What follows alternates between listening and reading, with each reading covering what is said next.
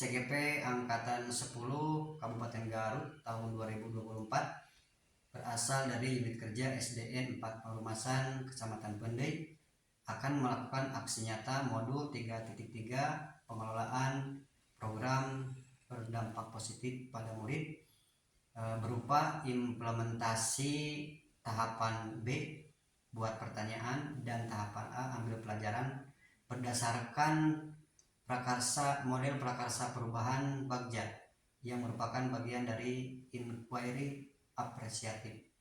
Selamat menyaksikan.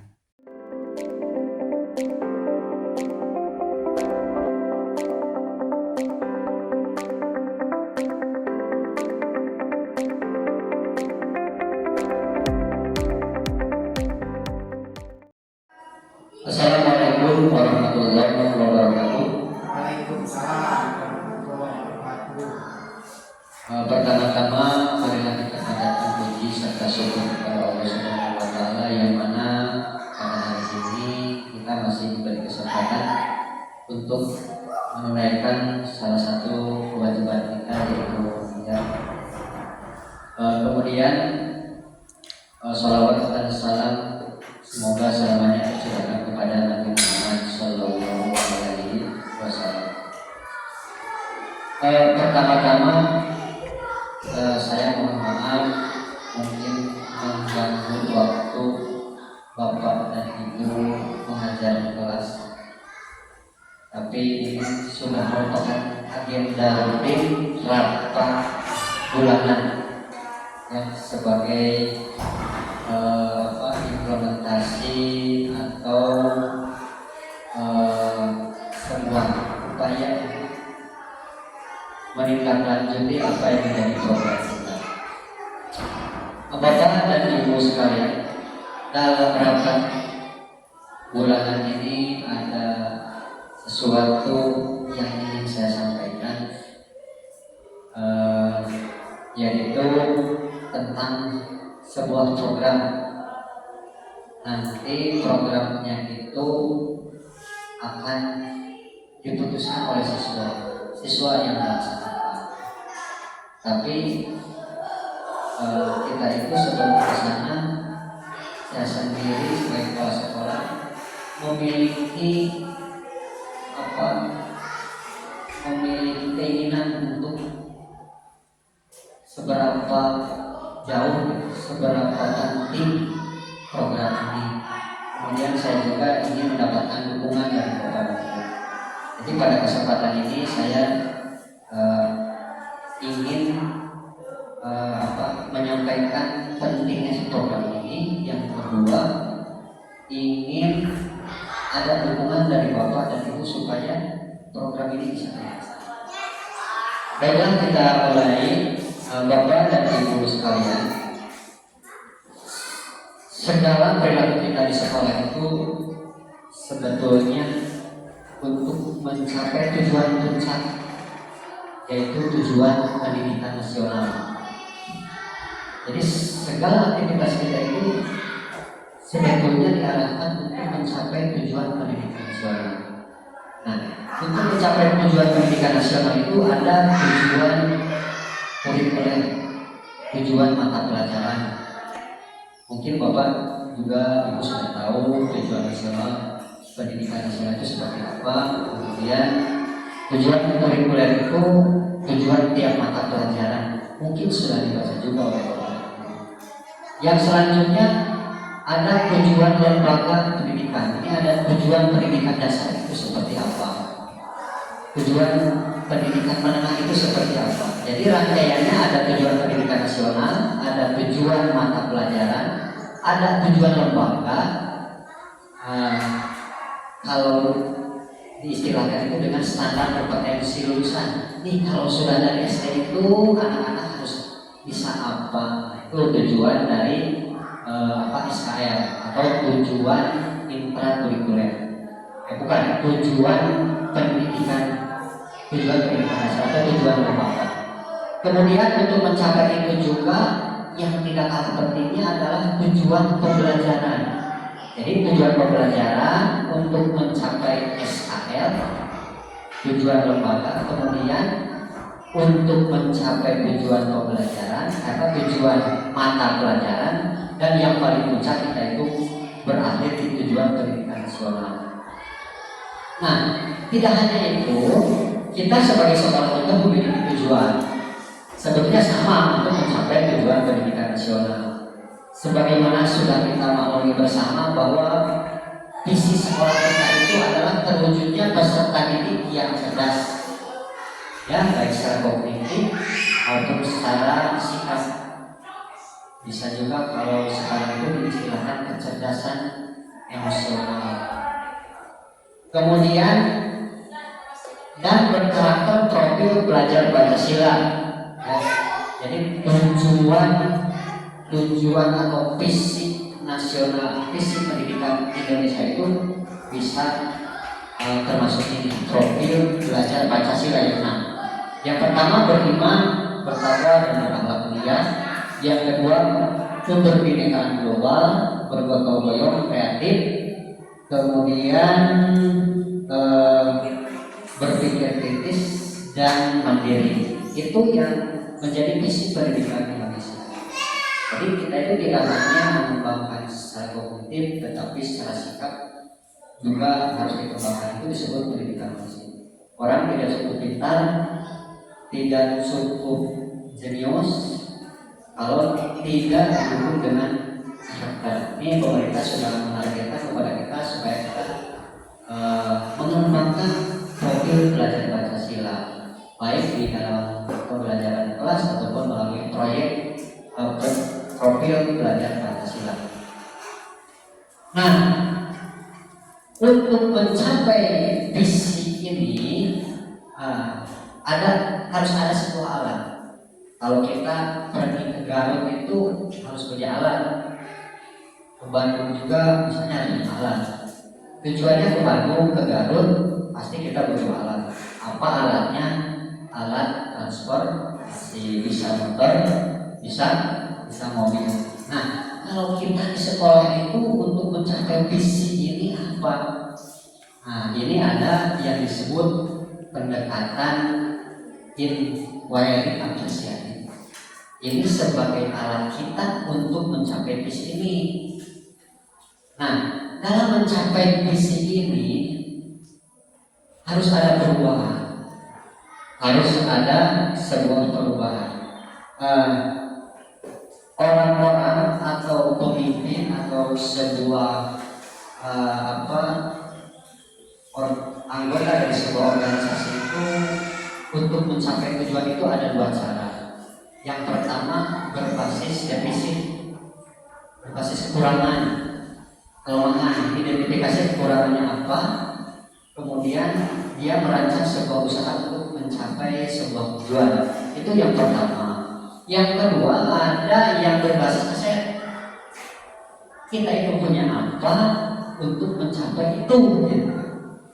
Jadi kita ini, khususnya saya di sini sebagai kepala sekolah ini mengambil pendekatan inquiry apresiatif yang mau mewujudkan visi, yang mau mewujudkan visi ini dengan cara melihat beberapa aset yang dimiliki. Nah, kalau kita mencapai sebuah tujuan berdasarkan aset, ya kalau kita bayangkan itu, kalau kita ke Garut, kalau menggunakan inquiry apresiatif ini yang berbasis aset ini, maka seolah-olah kita itu sudah berada di Cikajang. Nah, kalau sudah berada di Cikajang, kemungkinan cepat sampainya ibu. Sampainya cepat tidak? Nah, itu kalau dibayangkan. Kalau menggunakan berbasis defisit, kekurangan, berbasis masalah itu, kalau kita ke Garut itu kita masih berada di bunda, jadi dari titik 0. Jadi mending dari titik 0 ke 10 atau dari titik 5 ke 10, mana yang lebih baik menurut ibu? Mau 10, mau 5-10? 5-10. Berhasilnya kemungkinan akan lebih cepat yang 5. Ya, kalau membuat rumah ya, ibu, kalau membuat rumah dari 0, bayang Ibu buat rumah dari nol. Kalau saya sudah kumpul-kumpul, sudah ada pasirnya, sudah ada batanya, sudah ada kayunya, mana yang lebih enak? Yang sudah ada modal. Nah, kita itu berusaha untuk mencapai visi ini dengan berbasis riset. Nah, bagaimana pendekatan lingkungan apresiatif namanya? Yang pertama, fokus pada kekuatan yang dimiliki setiap anggota dan menyatukan untuk menghasilkan kekuatan tertinggi. Jadi ada potensi disatukan untuk menjadi sebuah kekuatan. Kemudian pendekatan inquiry apresiatif ini landasan berpikir yang berfokus pada upaya kolaboratif itu bersama-sama menemukan hal positif dalam diri seseorang. Ini Pak Yogi ini apa sih kelebihannya, ini apa, ini apa, nah itu dicari kelebihannya. Dalam suatu organisasi, kalau dalam organisasi apa sih SDN Pamekasan 4 ini kelebihannya, kita pikirkan, kita tuliskan. Tadi tidak ngomong begini, kita tidak punya anu, tapi ngomongnya saya sudah punya anu untuk anu, nah seperti itu gitu. Kemudian dalam suatu organisasi baik di masa lalu, masa kini dan masa mendatang, dipikirkan masa lalu punya apa, kemudian hari ini punya apa, kemudian kedepannya mau seperti apa dari modalnya. Selanjutnya, inquiry apresiatif percaya bahwa setiap orang memiliki inti positif, punya kelebihan pasti itu, punya potensi yang dapat memberikan kontribusi pada keberhasilan. Jadi untuk mencapai ini, di diri ibu ada, di ibu juga. Percaya itu pendekatan kepada kesehatan. Jadi tidak melihat kekurangan, kebisaan. Jadi ulang ngomong nanti, jangan ngomong tidak punya, tidak bisa.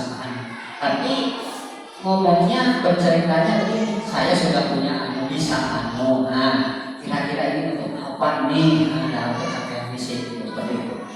Kemudian inquiry apresiatif dimulai dengan mengenal hal-hal positifnya seperti tadi. Yang ketiga, dimulai dari keberhasilan yang telah dicapai. Pada masa lalu pernah jadi juara apa misalnya, bentuk latihannya seperti apa, ingat-ingat tuh. Nah itu diingat-ingat. Kemudian pernah ulangan misalnya di angka 8 sampai 10 di masa lalu. Diingat-ingat apa sih sebab apa penyebabnya seperti apa, kita pertahankan itu, dicatat itu. Kemudian inquiry apresiatif dimulai dari kekuatan yang dimiliki gitu. Jadi sudah tergambar ya. Jadi untuk mencapai misi itu kita itu berpandangan dari apa aset yang ada pada diri kita, aset yang ada pada sekolah kita, melihat keberhasilan di masa lalu, keberhasilan di masa sekarang, dan untuk diterapkan di masa depan. Nah, selanjutnya kita fokuskan di sekolah kita punya aset seperti apa. Saya ingin membangun sekarang itu punya cita-cita ingin mewujudkan visi yang cerdas dan berkarakter. Ini cerdasnya secara bahasa ya. Jadi mau mengembangkan kecerdasan bahasa. Nah, kecerdasan bahasa ini bagian dari keterampilan abad 21 yang harus dimiliki oleh setiap orang. Apalagi anak-anak kita nanti ya, harus memiliki keterampilan berkomunikasi. Nah, kembali lagi, jadi apa sih yang dimiliki oleh kita? Ini aset apa nih? Aset manusia. Kalau aset fisik kita sudah lumayan lah kalau dari segi ruangan. Tapi yang mau dibicarakan hari ini saya tuh aset manusia. Kita di sini punya kekuatan apa sebenarnya dalam mengembangkan kecerdasan bahasa ini supaya ini visinya bisa terwujud. Coba berarti kira-kira di sekolah kita aset manusianya dulu untuk pengembangan bahasa itu punya apa kita SDN masyarakat.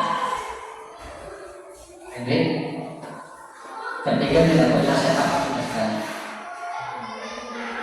Memiliki guru lulusan bahasa Inggris. Kemarin ngajar di SMP, kuliah bahasa Inggris.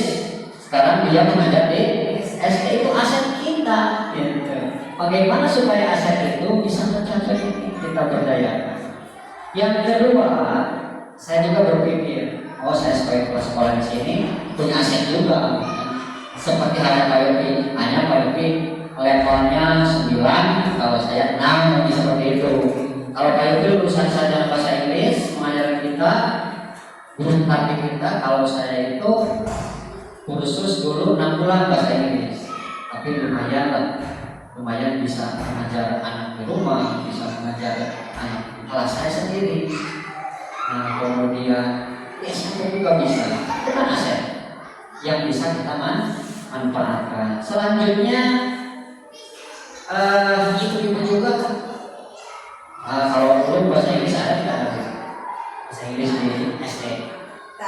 Nggak ada. Ya SMP ada, SD ada. Berarti semua lulusan ini walaupun tidak tamat sarjana, walaupun tidak pernah kursus, pasti mengenal bahasa Inggris ya. Hanya mungkin kalau diukur dengan angka itu, kalau Pak Yogi tadi angkanya 9 ya misalnya. Kalau saya 6 bisa, kalau ibu 4 tidak terlalu besar. Itu kan itu aset semua ya. Aset semua yang bisa dimanfaatkan oleh kita. Nah, jadi kita mencapai visi, mencapai tujuan dengan berpandangan inquiry apresiatif, memandang dari sebuah kekuatan atau aset yang dimiliki oleh kita. Itu secara aset manusia. Kemudian dari aset fisik juga, secara perasaan kita juga punya buku-buku bahasa Inggris ya. Di setiap kelas ada buku bahasa Inggris bacaannya juga. Di perpustakaan juga ada buku bahasa Inggris yang bisa dimanfaatkan oleh kita. Itu aset-aset yang bisa digunakan, diberdayakan oleh kita untuk mencapai visi sekolah kita. Selanjutnya, apakah bahasa Inggris itu penting? Penting tidak? Penting. Bahasa Inggris ini bahasa apa? Bahasa nasional untuk negara Inggris. Tapi bahasa Inggris ini dipelajari di berbagai negara. Disebut bahasa internasional. Jadi kalau nasional itu satu negara, kalau sudah lompat ke negara lain disebut internasional. Ada juga bahasa daerah. Sebagaimana kita ketahui bahwa di SMP ada bahasa Inggris, di SMA ada bahasa Inggris, di kuliah juga ada bahasa Inggris. Kalau saya pikir dulu tidak bahasa Inggris itu kurang pede, kurang termotivasi, kurang semangat.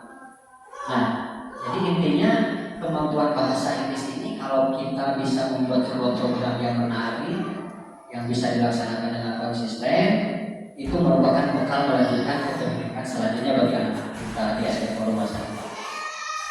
Nah, kalau tidak ada kebiasaan, tidak ada program, ya akan seperti tahun-tahun yang lalu. Tahun-tahun yang lalu lulusan kita itu misalnya ya kurang terampil berbahasa Inggris karena tidak bisa memanfaatkan asetnya. Itu yang pertama. Mengapa bahasa Inggris itu penting di sini? Bahwa bahasa Inggris itu bakal melanjutkan pendidikan ke SMP, SMA, dan perkuliahan. Kemudian yang kedua, mengapa penting? Itu meningkatkan peluang karir. Karir itu kan bekerja. Kalau Pak Yopi bahasa Inggris bisa ikut lomba guru berprestasi. Kalau bisa kemudian di lomba guru berprestasi itu ada di tes kemampuan bahasa Inggris. Kemudian Pak Yopi misalnya ingin naik level ke jabatan tertentu, ada tes lagi bahasa Inggris. Kemudian wah suatu saat Pak Yopi jadi menteri, wah harus bisa bahasa Inggris. Jadi bahasa Inggris itu untuk peningkatan karir, kuliah, nanti studinya ke luar negeri Pak Yopi itu harus bisa bahasa Inggris. Kalau tidak bisa bahasa Inggris mau bagaimana? Jadi mengapa penting? Ya, untuk peningkatan karir kita sebagai guru juga. Yang selanjutnya mengapa penting? Karena pendidikan bahasa Inggris itu bisa mengantarkan kita sekolah di luar negeri, baik kita maupun anak-anak kita. Banyak orang Indonesia yang kuliah di luar negeri. Modalnya apa? Salah satunya harus bisa bahasa Inggris, makanya penting. Kemudian bahasa Inggris itu akan memberikan wawasan yang luas, karena jurnal-jurnal internasional keilmuan, kemudian berita-berita juga kebanyakan ditulis dalam bahasa Inggris. Jadi yang suka melakukan penelitian itu biasa menulis dalam bahasa Inggris, diposting di jurnal internasional, dibaca oleh kita menjadi sebuah ilmu. Jadi kalau kita tidak bisa bahasa Inggris, mau meningkatkan wawasan seperti apa? Kita itu hanya sebagai konsumen atau penikmat penelitian orang lain. Nah, penelitian itu ditulis dalam bahasa Inggris oleh orang-orang luar negeri banyak. Makanya kita menganggap bahwa bahasa Inggris itu penting. Kemudian meningkatkan keterampilan berkomunikasi. Tadi juga keterampilan di abad 21 harus terampil berkomunikasi, harusnya terampil berbahasa Inggris. Kita mau keluar negeri, mau tulis lagi dan sebagainya, kan itu kita butuh alat komunikasi, yaitu bahasa Inggris.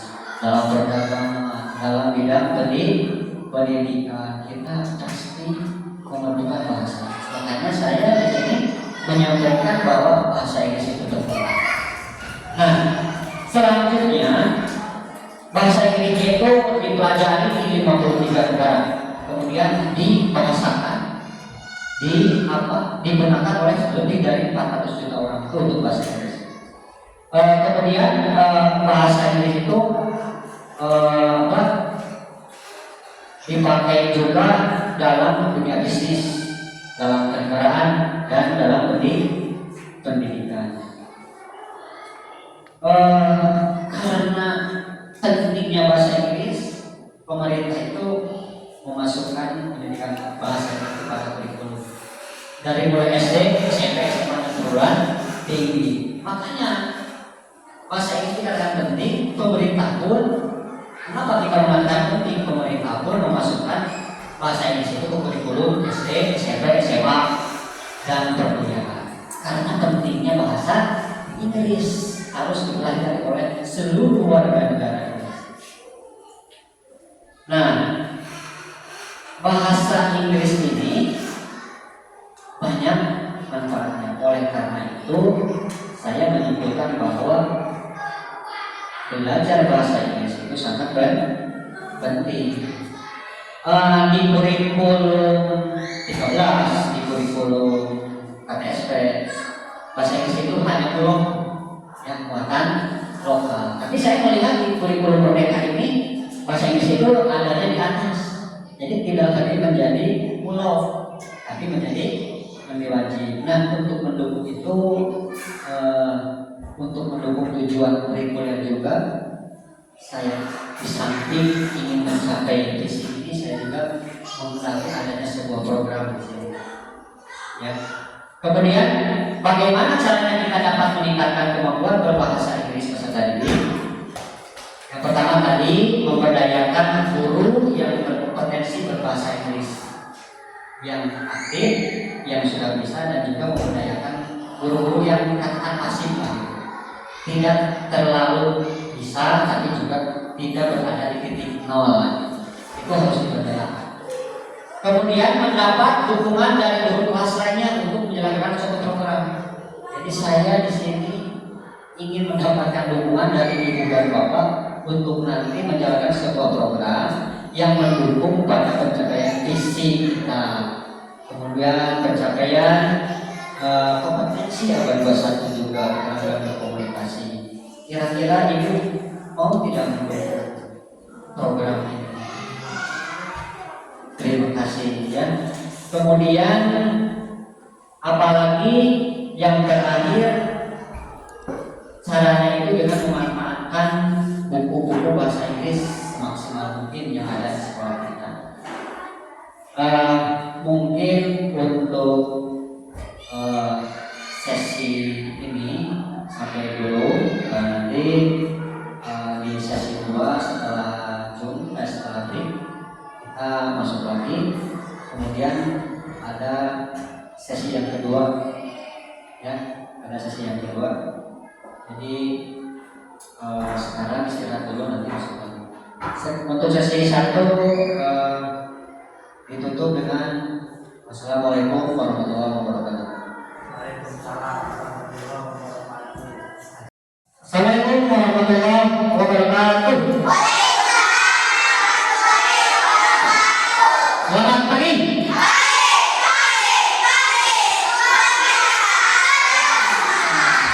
Tepuk semangat.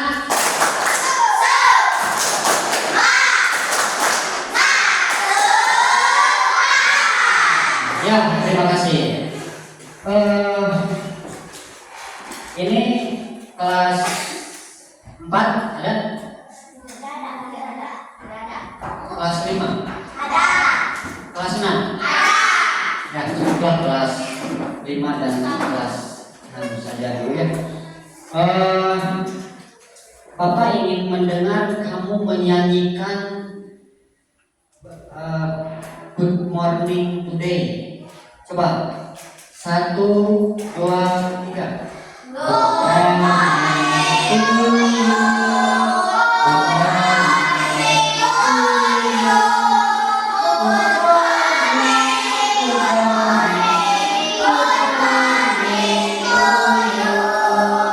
Itu bahasa apa? Nah, hari ini Bapak sengaja kumpulkan kalian karena Bapak di sekolah ini ingin mengadakan sebuah program untuk kalian ya. Mudah-mudahan nanti kalian bisa memilih program mana yang lebih baik untuk meningkatkan kemampuan berbahasa Indonesia. Kalau kita ini tinggalnya di mana? Di provinsi mana? Provinsi Jawa. Bahasa yang digunakan apa kira-kira? Bahasa disebut bahasa apa? Bahasa daerah. Jadi bahasa itu yang pertama ada bahasa daerah. Untuk di Banten mungkin bisa beda, untuk di Surabaya bisa beda, di Sulawesi, di Kalimantan juga bisa beda. Tergantung daerahnya masing-masing. Itu disebut bahasa daerah.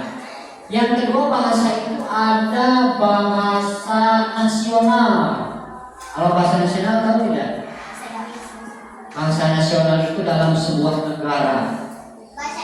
Orang Papua bisa bahasa itu, orang Sumatera bisa bahasa itu, Kalimantan bisa, orang Jawa bisa apa bahasa itu? Bahasa Indonesia. Itu bahasa nasional. Harus bisa. Bahasa daerah harus bisa. Bahasa nasional harus bisa. Nanti kamu kalau sudah besar pergi ke Kalimantan mau bahasa Sunda? Nggak bisa. Ya, kita harus menggunakan bahasa Indonesia. Itu bahasa nasional. Nah, kemudian kalau kita pergi ke Papua, bahasa apa yang digunakan? Bahasa Indonesia. Nah, kalau kamu ke Sumatera juga sama bahasa Indonesia. Kita harus bisa bahasa Indonesia. Selanjutnya, bagaimana kalau kamu mau piknik ke London? Kira-kira bahasa Sunda, bahasa Indonesia mereka bisa tidak? Tidak, berarti kita harus bisa bahasa apa? Harus bisa bahasa Inggris. Masa bahasa Indonesia bisa? Kan nggak bisa ya? Kalau mau beli kopi pakai bahasa Indonesia, apalagi bahasa Sunda, mereka tidak akan ngerti. Makanya kita harus belajar bahasa Inggris ya. Nah, jadi bahasa Inggris itu bahasa internasional. Jadi ada bahasa daerah, ada bahasa nasional, ada bahasa internasional. Nah, penting tidak belajar bahasa Inggris? Penting. Yang pertama, untuk melanjutkan pendidikan ke SMP. Ada bahasa Inggris di SMP? Di SMA ada? Nanti kalau kuliah ada? Nah, makanya bahasa Inggris itu penting tidak? Penting sekali. Ya. Yang selanjutnya, nanti kalau kamu sudah besar bisa bahasa Inggris, kira-kira kerjanya mudah tidak?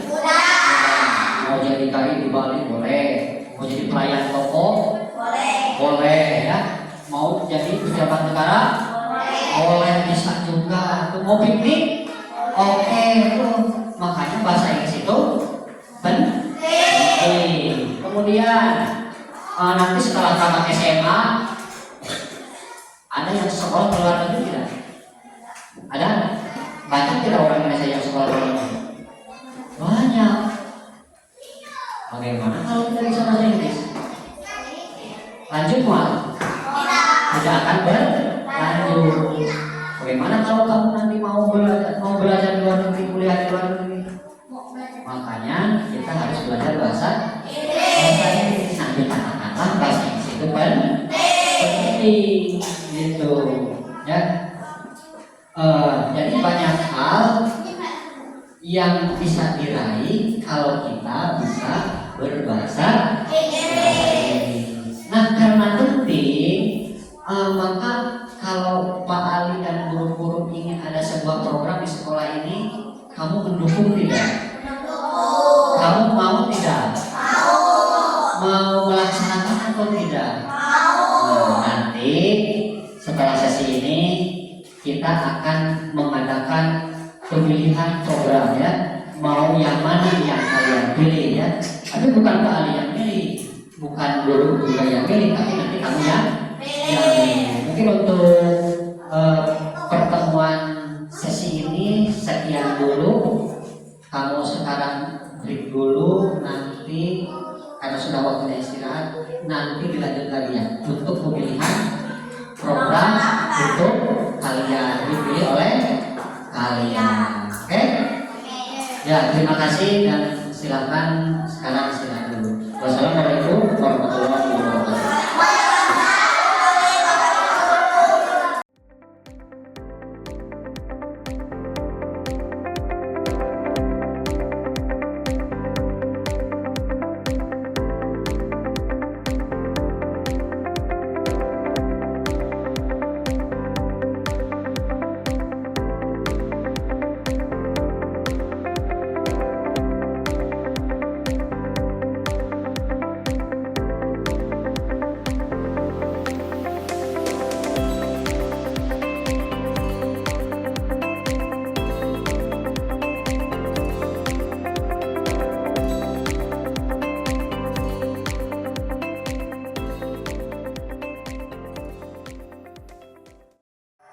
Assalamualaikum warahmatullahi wabarakatuh. Masuk kepada sesi 2. Mudah-mudahan ibu tidak bosan juga ya. Cuma sebentar. Untuk menjalankan program itu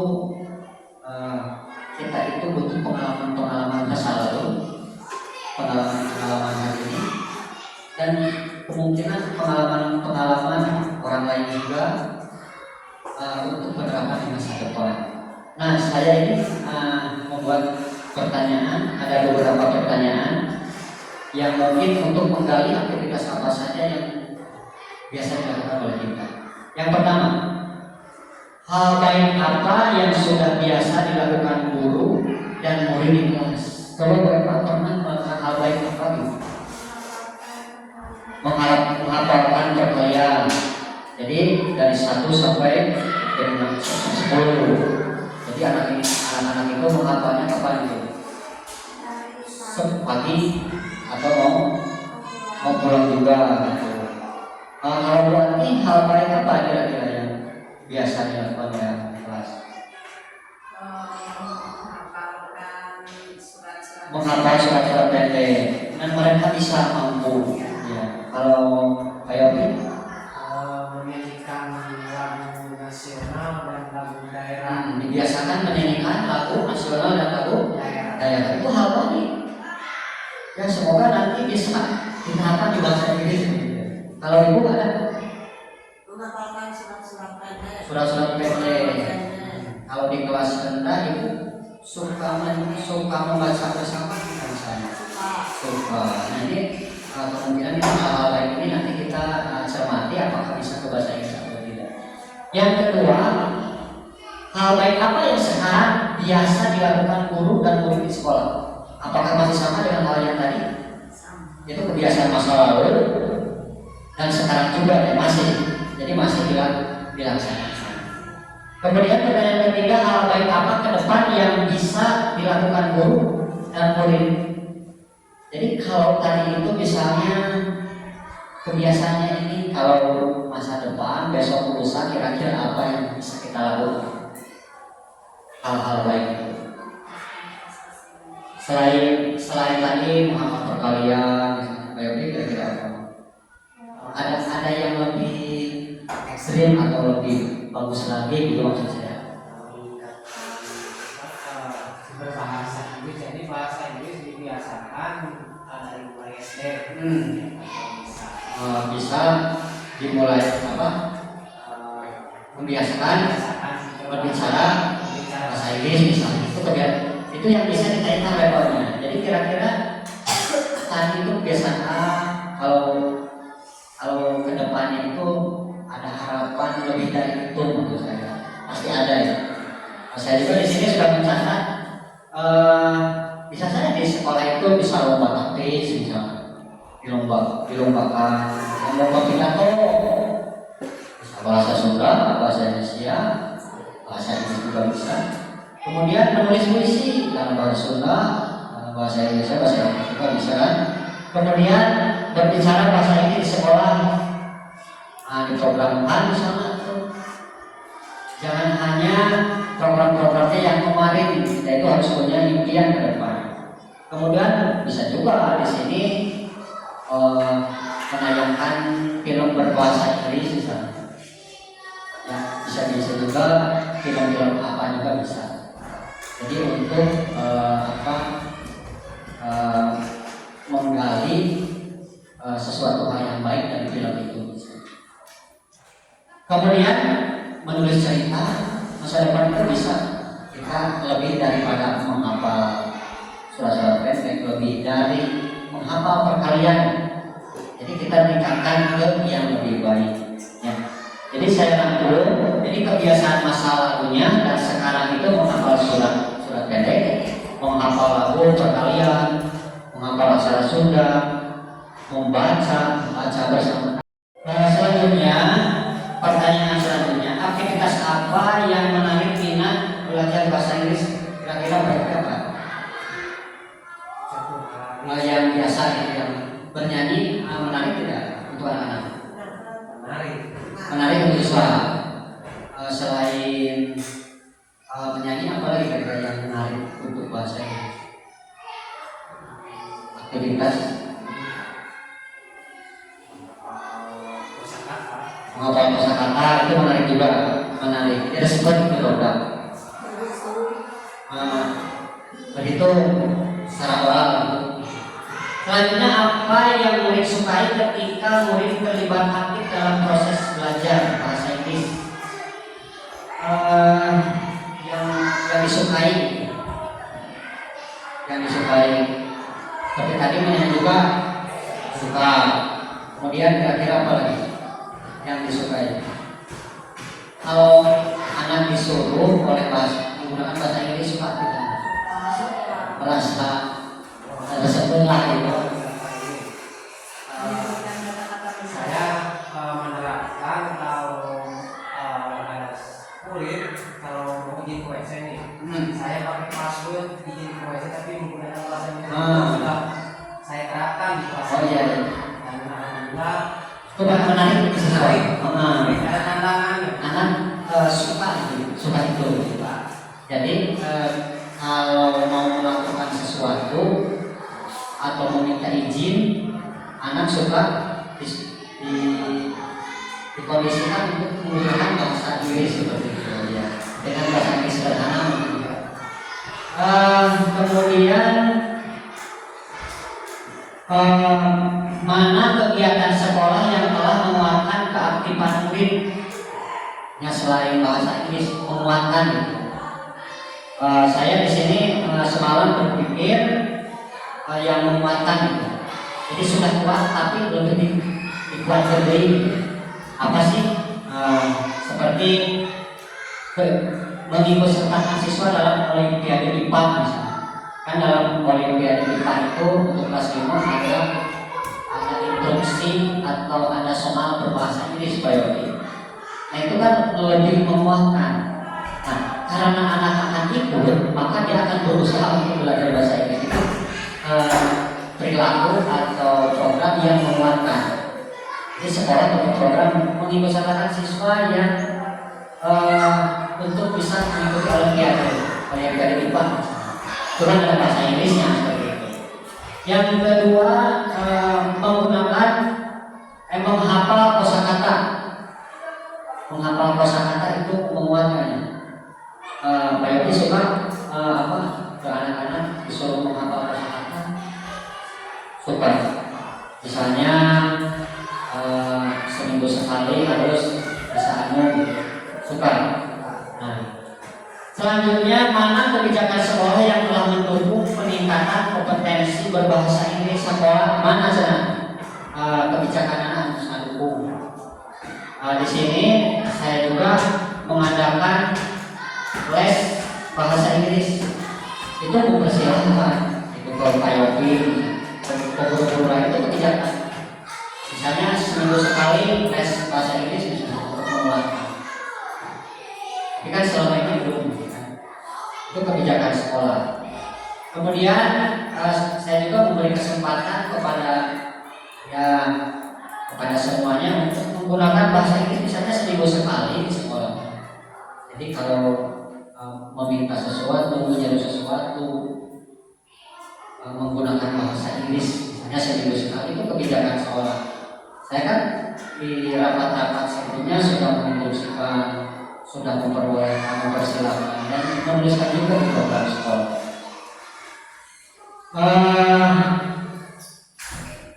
Nanti setelah ini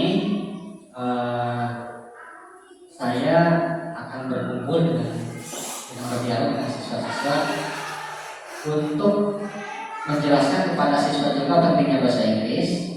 Kemudian nanti akan memberikan pilihan kepada siswa mau kegiatan apa yang mau dilaksanakan di sekolah ini. Ini yang sebagai pilihan saya rangkum. Yang pertama yang nanti akan dipilih oleh siswa itu yang mana nanti terserah siswa. Nanti yang mudah yang paling memungkinkan. Tapi ibu bapak guru juga kan tadi sudah menyuarakan ini bagian dari suara ibu dan bapak-bapak tadi. Program les privat tambahan nanti akan dipilih oleh siswa. Ini memungkinkan atau tidak? Yang kedua, program berbahasa Inggris seminggu sekali di sekolah. Ini apakah mau diambil oleh siswa atau tidak? Nanti terserah siswa. Kita hanya memberikan pilihan-pilihan kepada mereka. Yang kemungkinan ya kalau siswa juga tidak bisa mengeluarkan suaranya atau pilihannya sendiri, terbatas juga. Nah makanya saya menggali dari bapak ibu tadi kira-kira apa saja. Ini yang pertama les privat tambahan ya, bisa disodorkan ke siswa ya. Kemudian berbahasa Inggris seminggu sekali. dari mulai gurunya misalnya dengan siswanya semua. Ya kalau mau ngomong apa sih bisa ditanyakan ke guru bahasa Inggris seperti itu. Nanti terserah siswa. Yang ketiga menghafal kosakata atau kalimat satu hari satu kata. Nanti akan disodorkan juga kepada siswa. Yang keempat kebiasaan mendengarkan musik, menonton film, membaca berita, membaca novel. Apakah ini juga mau diambil oleh siswa nanti terserah. Jadi maksudnya Pak Yopi dengan saya mungkin dengan guru-guru lain mencari musik lagu-lagu berbahasa Inggris diperdengarkan ke siswa, gitulah. Mencari film berbahasa Inggris diperdengarkan ke siswa, ditonton ke siswa. Nah dari kata-katanya kita terjemahkan ke bahasa Inggris. Jadi anak-anak bisa belajar melalui musik, melalui video. Kemudian juga menyuruh anak-anak itu untuk membaca. Kita sediakan buku bacaannya ke siswa. Nanti anak belajar dari bacaan itu untuk pembelajaran bahasa Inggris. Mungkin program-program ini hanya ada 4. Besok lusa atau nanti saya akan memberikannya kepada siswa mana yang mau dipilih oleh siswa. Mungkin untuk rapat hari ini, pertemuan hari ini saya cukup sekian. Mohon maaf waktunya mengganggu. Terima kasih atas kesediaannya. Wassalamualaikum warahmatullahi wabarakatuh. Warahmatullahi wabarakatuh. Istirahatnya sudah beres? Belajarnya sudah? Kalau sekarang kelas 4 ada? Kelas 5 ada? Kelas 6 ada? Iya, terima kasih. Nah, pada sesi 2 ini kira-kira masih semangat tidak nih? Masih.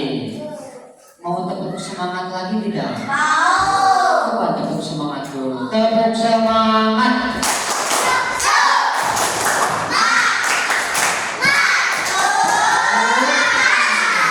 Ya, terima kasih. Pada sesi kali ini, ini tadi Bapak sudah ngobrol-ngobrol dengan Ibu Bapak guru ya, tentang bagaimana supaya kalian ini mampu atau terbiasa berbahasa Inggris. Tadi di sesi 1 sudah dijelaskan tentang pentingnya bahasa Inggris. Di sekolah kita mau diadakan sebuah program. Programnya itu maunya pilihan kalian, bukan pilihan Bapak dan Ibu guru. Nanti kamu yang melaksanakannya, bukan Ibu Bapak guru. Ibu Bapak guru hanya memberikan fasilitas, membimbing saja. Tapi nanti kamu yang memilih, melaksanakan. Nih, Bapak punya tadi sudah diskusi dengan teman-teman guru yang lain. Ini ada 4. Kira-kira kamu mau nambah lagi ada nggak? Coba. Ini tadi hasil diskusi Bapak dengan Bapak Ibu guru, Pak Agung. Ini yang pertama. Ini kamu dari sekian pilihan ini silahkan nanti kamu pilih. Yang pertama, les tambahan setelah sekolah. Ini kira-kira kamu mau tidak? Berhubung ini Cipongkok ini jauh ya, lumayan kalau sudah holiday ditambah lagi waktu, kira-kira pulangnya sore tidak? Sore ya. Kira-kira itu terserah kamu mau dipilih atau tidak. Ini pulangnya sudah jam 2, nanti kalau ditambah lagi berarti kamu perkiraan pulang jam 4. 1 minggu 1 kali kayaknya. Mau 2 minggu, mau 2 kali 1 minggu. Ini yang pertama itu mau 1 minggu sekali, mau 2 kali seminggu ya, terserah kamu. Ini mau dipilih atau tidak nanti ya, dipilihnya nanti. Nah, jadi maksudnya ini yang pertama ini Pak Ali atau Pak Yopi, kalau dipilih nomor 1 oleh kamu, nanti Pak Ali akan menyediakan waktu, apakah hari Senin dan Kamis misalnya. Ini mau 1 kali atau 2 kali, nah ini terserah kamu, ya. Jadi nanti akan diadakan les, ya. Kalau ini dipilih oleh kamu, dengan resiko ini kan udah mulai jam 2, nanti bisa pulang jam 4 gitu kira-kira ya. Kemudian yang kedua, tadi sudah diskusi dengan Ibu Guru, pilihan kedua berbicara bahasa Inggris seminggu sekali atau 2 kali. Jadi dari kelas 1 sampai kelas 6 harus berbicara bahasa Inggris waktu itu. Misalnya mau minta pulpen, mau menyuruh duduk itu harus menggunakan bahasa Inggris. Mau 1 minggu 1 kali, mau 1 minggu 2 kali. Kira-kira nanti kamu mau dipilih oleh kamu atau tidak? Happy. Yang ketiga menghafal kosakata atau kalimat 1 hari 1 kata atau 1 hari 1 kalimat. Nah, ini setiap hari pelaksanaannya oleh kamu sendiri di kelas masing-masing ya. Misalnya hari ini kelas 6 mau tahu bahasa Inggrisnya apa. Nah, kalau bisa dicari sendiri di internet ya. Misalnya Cepi hari ini ingin tahu bahasa Inggrisnya meja misalnya, bisa dicari di internet oleh Cepi bahasa Inggrisnya meja apa. Atau bisa di HP juga di-download oleh kamu ya, di-download oleh kamu kamus bahasa Inggris ada. Jadi yang ingin diketahui hari itu kamu bisa dicari di internet atau di kamus bahasa Inggris. Kamusnya bisa online, bisa offline. Yang online itu di HP, offline juga bisa di HP. Itu kamus bisa di HP, bisa ada berbentuk seperti ini. Pak Ali nanti bisa menyediakan kamusnya ya untuk tiap kelas. Ataupun bisa bertanya ke Pak Yopi, Pak, ini bahasa Inggrisnya meja apa? Membacanya seperti apa? Jadi setiap hari itu dicatat dan setiap hari itu bergilir masing-masing. Prakteknya seperti ini. Assalamualaikum warahmatullahi wabarakatuh. Prakteknya bukan prakteknya seperti ini. Hari ini jadwal sidang misalnya. Saya akan menyampaikan satu kotak untuk hari ini. Misalnya, sekarang kita belajar bahasa Inggrisnya meja, table, seperti itu. Diulangi sebanyak 10 kali sampai bisa. Nanti mau pulang, kita sama bapak guru. Apa tidak tadi hari ini kata meja itu seperti itu caranya, ya. Jadi caranya kamu nanti yang melakukannya. Yang selanjutnya program yang mau dipilih itu atau tidak oleh kalian menghafal kosakata melalui lagu, melalui video atau melalui bacaan. Jadi Pak Ali nanti bisa memutar film, kamu menyaksikan aku tidaknya berbahasa Inggris atau membuat lagu dengan bahasa Inggris. Nanti lagunya itu kata-kata dalam bahasa Inggris itu diterjemahkan. Mau seperti apa? Mau yang mana? Silahkan. Mau nomor 1, nomor 2, nomor 3 atau nomor 4 kira-kira? Coba dipilih. Majlan mau pilih yang mana? Alasannya? Lebih simpel, lebih mudah. Apa mau yang mana? Nomor berapa? Nomor 3 saja. Coba ada yang lain? Pak, ingin nomor 4? Ada nggak? Ada? Aisyah mau nomor berapa Aisyah? Nomor 3 saja. Ya. Kalau sudah nomor 3 ini berjalan, nanti nomor 2 juga bisa diambil jalannya. Ya, itu tidak. Kalau nomor 3 sudah berjalan dengan baik, nomor 2 bisa berjalan tidak? Bisa ya, bisa. Jadi keputusannya kita akan mengambil nomor 3, menghafal kosakata atau kalimat 1 hari 1 kata atau 1 Ali 1 kali 5. 1 kali 5 seperti apa contohnya? Misalnya Pak Ali menyuruh duduk, sit down, please. Jadi harus menghafal itu satu hari itu. Kalau menyuruh berdiri, stand up please, itu berarti kalimat. Ya, kalau menghafal bahasa Inggrisnya meja apa? Table, table, table. Nah, seperti itu. Berarti itu menghafal kata. Kira-kira siap tidak ini kalian? Siap tidak dengan bertiga? Siap. Ya. Kapan mau mulainya? Hari ini, besok, atau minggu depan?